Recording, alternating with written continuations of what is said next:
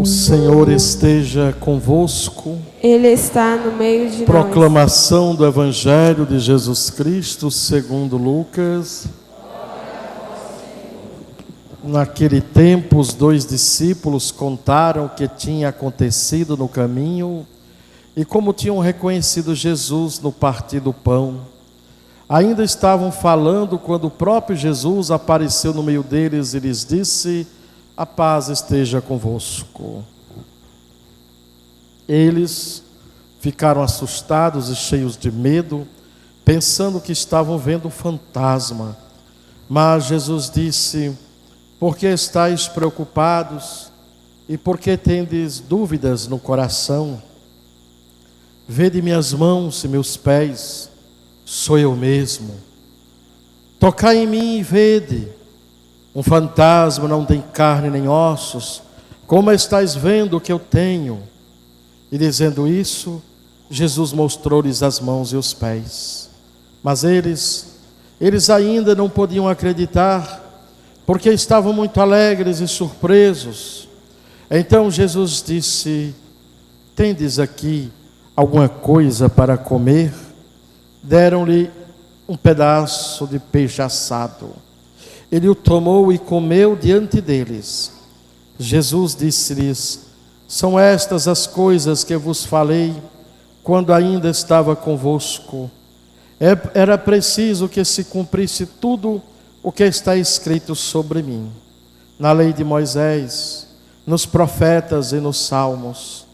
Então Jesus abriu a inteligência dos discípulos para entenderem as Escrituras e lhes disse: assim está escrito, o Cristo sofrerá e ressuscitará dos mortos ao terceiro dia, e no seu nome serão anunciados a conversão e o perdão dos pecados a todas as nações, começando por Jerusalém.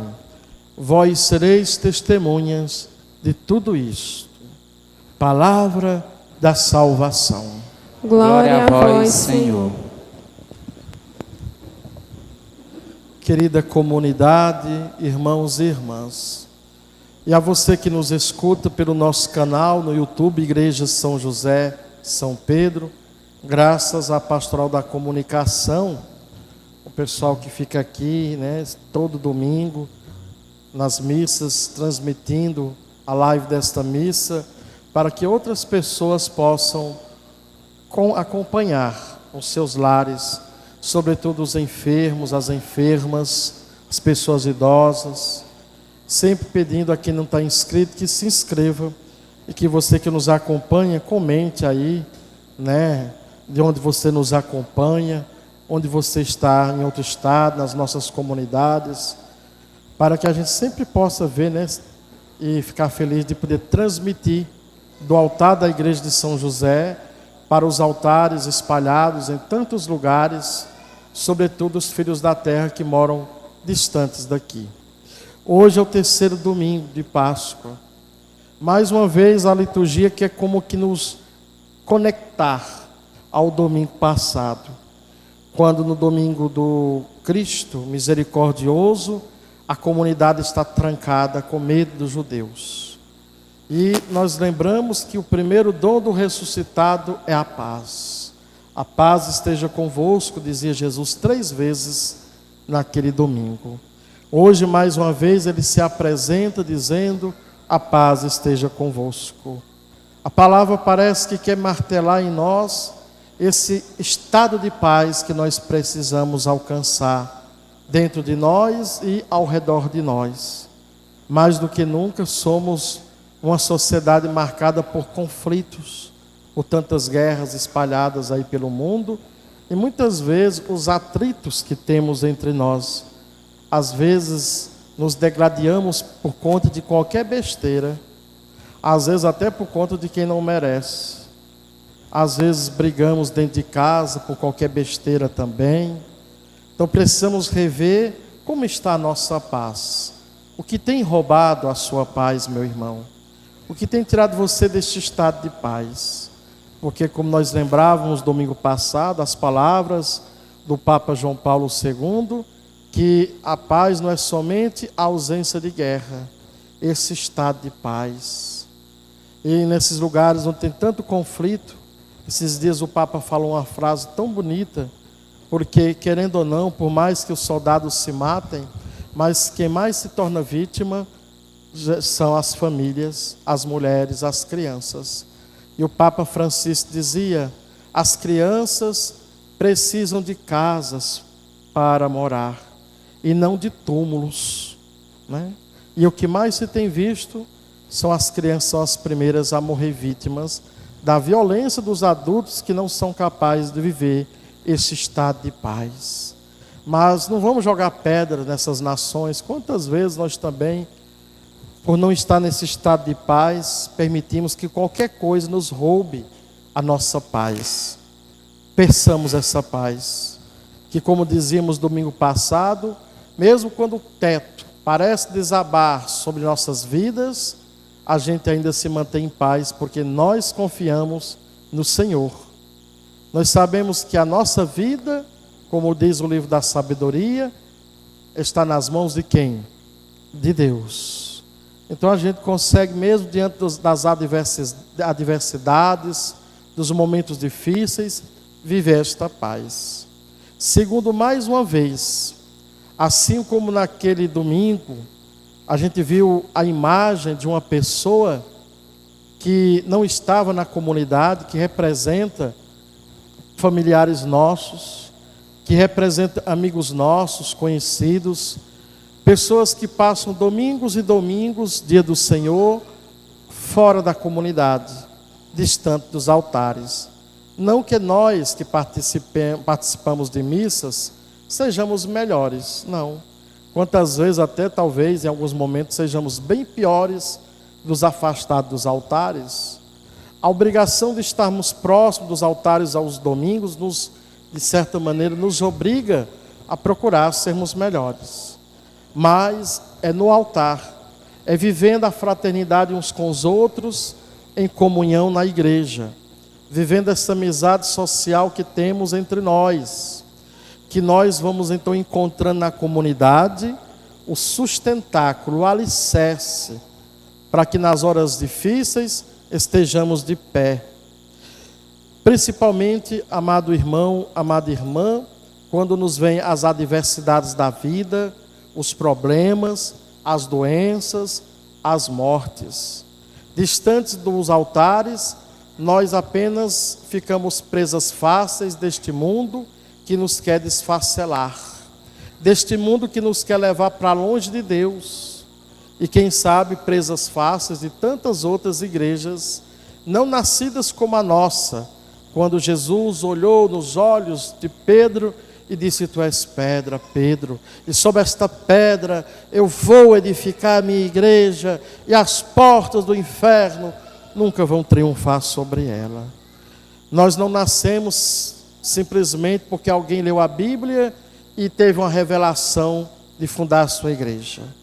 Nós não nascemos simplesmente porque um líder brigou com seu outro colega de líder de igreja e disse: agora eu vou cuidar de uma minha, eu vou fundar a minha também. Nós não nascemos assim. Nós nascemos ainda ao longo de 2000 anos, sofrendo ao longo da história tantas perseguições, estamos aqui. Certamente que devemos hoje, o demônio é mais ardil do que a gente pensa, cheio de estratégias, tomar cuidado com as falsas lideranças de WhatsApp, de grupos de internet, de redes sociais, que muitas vezes vão impondo em nós o seu jeito próprio de rezar a missa, as suas características pessoais, individuais. Alguém de repente acha que uma devoção tem que ser assim, se espalha. E nós, tão frágeis, sem muito conhecimento, acabamos nos deixar levar pelas correntes modernas, né? Aliás, pela a onda do momento. Assim como o mundo tem suas modas, no campo da religiosidade não é diferente. Corremos o risco de muitas vezes seguir a onda do momento Em vez de nos aproximarmos do Cristo desta igreja, vamos nos afastando do Cristo verdadeiro. Seguindo mais as pessoas que estão aí nessas redes digitais, tão fundamentalistas, tão fechadas, e que vão criando comunidades fechadas, pessoas fechadas, distante de Deus, longe do magistério da igreja, do que orienta o Papa Francisco, do que nos pede nossos bispos na CNBB, que inclusive estão reunidos esse período, todos eles, inclusive nosso bispo Dom Plínio, distante muitas vezes do que o pároco fala. E que meu irmão, minha irmã, diferente de Tomé, que se distanciou da comunidade, na sua dor, no seu sofrimento, porque achava que com a morte de Cristo, tudo tinha se acabado. Hoje, mais uma vez, o Senhor nos mostra que é a sua ressurreição que fundamenta a nossa existência. É a sua ressurreição que fundamenta a nossa fé. Por isso, não sejamos como um Tomé. Vejamos quem são os Tomés que estão em nossos lares, os Tomés que estão na nossa convivência, os Tomés que são nossos amigos e amigas tão legais na hora do momento de conversa, de diversão, mas que vivem tão distante dos altares de Deus. Será que nós não temos uma certa responsabilidade de tentar trazê-los de volta à comunidade? Não falando como muitas vezes outras igrejas que querem empurrar a conversão do outro à força. Não, mas pelo nosso exemplo de vida, trazê-los de volta ao seio da comunidade. Por isso que é interessante, eles têm medo, é um fantasma. Jesus mostra que a nossa fé cristã, católica, não se baseia num fantasma. É o ressuscitado mesmo, ele está vivo. E ele faz questão de mostrar. Olha aqui minhas mãos, olha aqui meus pés, sou eu mesmo. Um fantasma não tem ossos nem carne, como vocês estão vendo que eu tenho.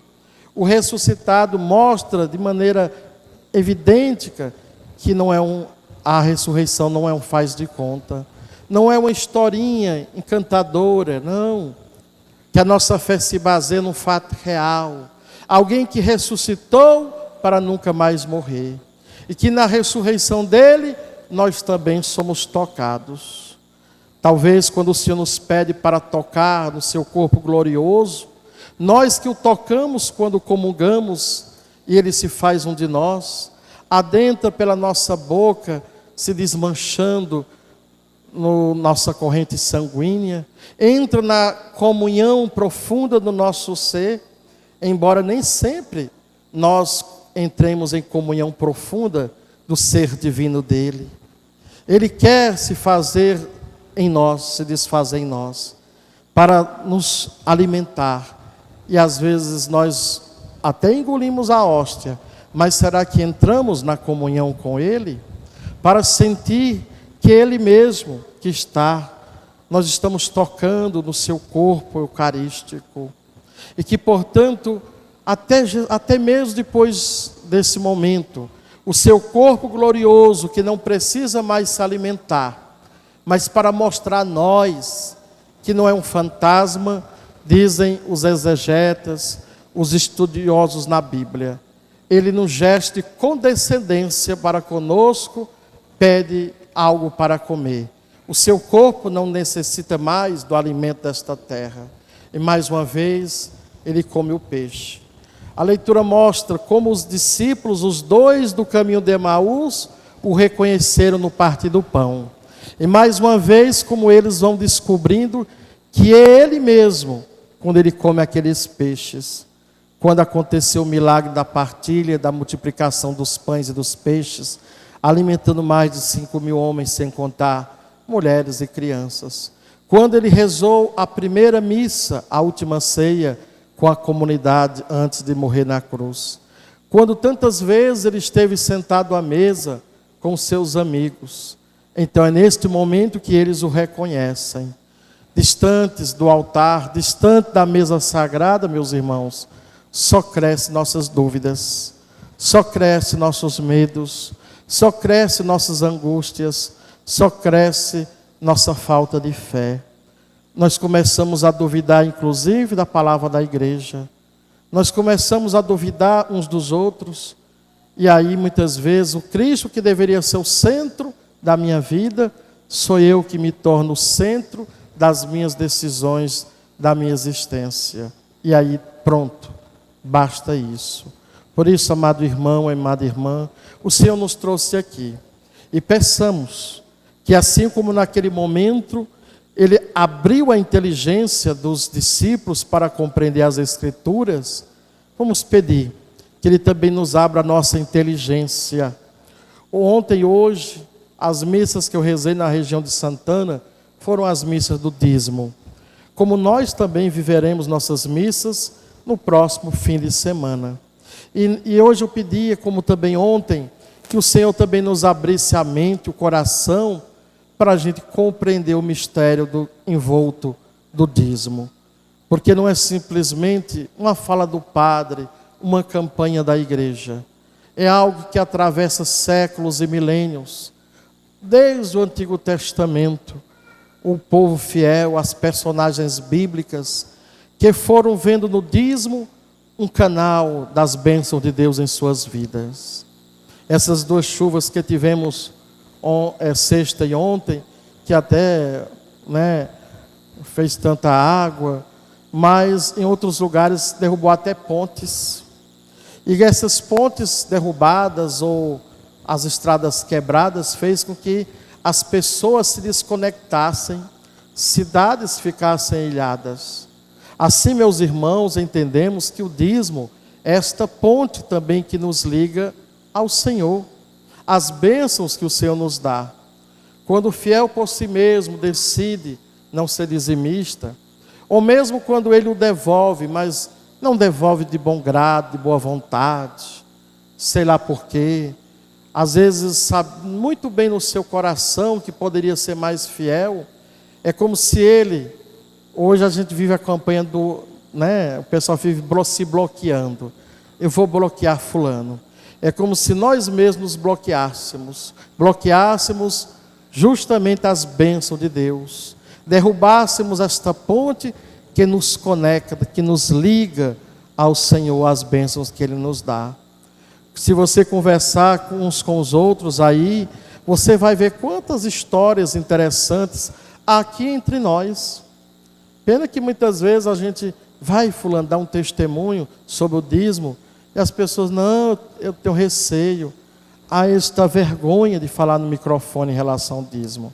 Aí nas outras igrejas a gente vê tanto testemunho mentiroso, às vezes enrolado, E aqui tem tanto entre vocês mesmos, testemunhos belíssimos do dízimo, para a gente evidenciar que o nosso dízimo não é uma esperteza de nenhum sacerdote, não é uma esperteza de ninguém da igreja, para tentar tirar o dinheirinho suado de ninguém. Mas quando você faz de coração, devolve, gente, Deus está vendo. Deus está vendo, assim como o próprio Jesus deixou a comunidade apostólica, a igreja, para continuar a sua missão aqui na terra. Hoje nós somos seus apóstolos. Hoje nós somos suas apóstolas. Cada um fazendo a sua parte. Por isso que o dízimo é uma maneira da gente continuar fazendo nossa parte. E devemos nos preocupar, meus irmãos. Numa paróquia que tem 2 cidades, 15 comunidades, nós só temos 254 dizimistas. Ontem e hoje, em 2 locais, eu chamava no finalzinho da missa as crianças para subir aqui, tocar seus envelopes no altar para rezarem a oração de Esmirim. Não apareceu nenhuma criança nessas 2 comunidades. E olha, não é assim para a gente ter medo da morte. Mas eu, você, nós vamos envelhecer. Nós vamos desaparecer dessa terra. Nós iremos para o céu um dia. E são as crianças que hoje estão que irão continuar o legado, a missão.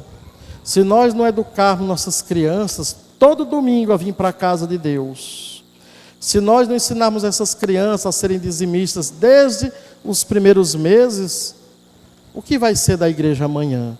sem gente na igreja, sem crianças dizimistas. Na Europa, há muitas igrejas que estão fechadas, os padres envelhecendo, morrendo, e os fiéis também que não vão para a igreja. Há mosteiros onde antes se faziam orações, que para poder sobreviver, pagar as contas, se transformaram em pousadas, lugares onde as pessoas, os turistas vão para dormir. Nas celas de muitos frades, onde antes se rezava, hoje dorme casal. Então, o mundo vai estar passando por isso em muitos lugares. Por isso que nós façamos nossa parte enquanto estamos aqui. Você como pai, você como mãe, você como avô, como avó, como padrinho, como madrinha. Afinal de contas, uma vez que você se tornou padrinho ou madrinha de alguém, é muito mais do que você ter uma pessoa para estar te pedindo bênção. Não, é para você ser bênção na vida do seu afilhado, em nome de Deus, fazendo com que esta pessoa, você seja responsável por ela diante do Senhor e tente botar nessa pessoa, na mente, no coração, essas ideias de Cristo, e que você se esforce para que ela viva participando da comunidade. Você também é responsável por ela, por esta pessoa. Portanto, meus irmãos, olhemos para o Evangelho de hoje. Peçamos esse estado de graça, de paz, porque muitas vezes a gente se distancia e a gente perde essa paz. E às vezes um simples copo d'água pode se transformar numa batalha entre marido e mulher dentro do lar. Casal que passa semanas sem se falar, irmãos. Às vezes precisamos muito, às vezes sempre precisamos muito dessa paz. Depois entender que não é se afastando da comunidade que nós seremos felizes. Pelo contrário, cuidado com a felicidade que o mundo pode te dar. Cuidado com as promessas de salvação que outras igrejas aí podem te dar. Não se distancie dos altares do Senhor. Não seja um Tomé que se afasta, mas viva mesmo no seu sofrimento, mesmo nas suas dores. É aqui neste altar que você é chamado a refazer as suas forças. E quando você não estiver entendendo, até mesmo diante dos desafios, diante das lágrimas que caem dos seus olhos, e você achar que Jesus está distante da sua dor, é como que um fantasma que você não consegue tocar, peça a Ele que te abra a tua inteligência, a tua mente e o teu coração para ver que Ele não é um fantasma. Sobretudo na hora que você mais precisar do ressuscitado. Ele não é uma ideia abstrata só para te agradar, não. É real, presença viva na tua vida. Que o Senhor nos ajude a viver essas certezas, sobretudo nas horas difíceis da vida. Louvado seja nosso Senhor Jesus Cristo. Para sempre seja louvado. Creio em Deus Pai,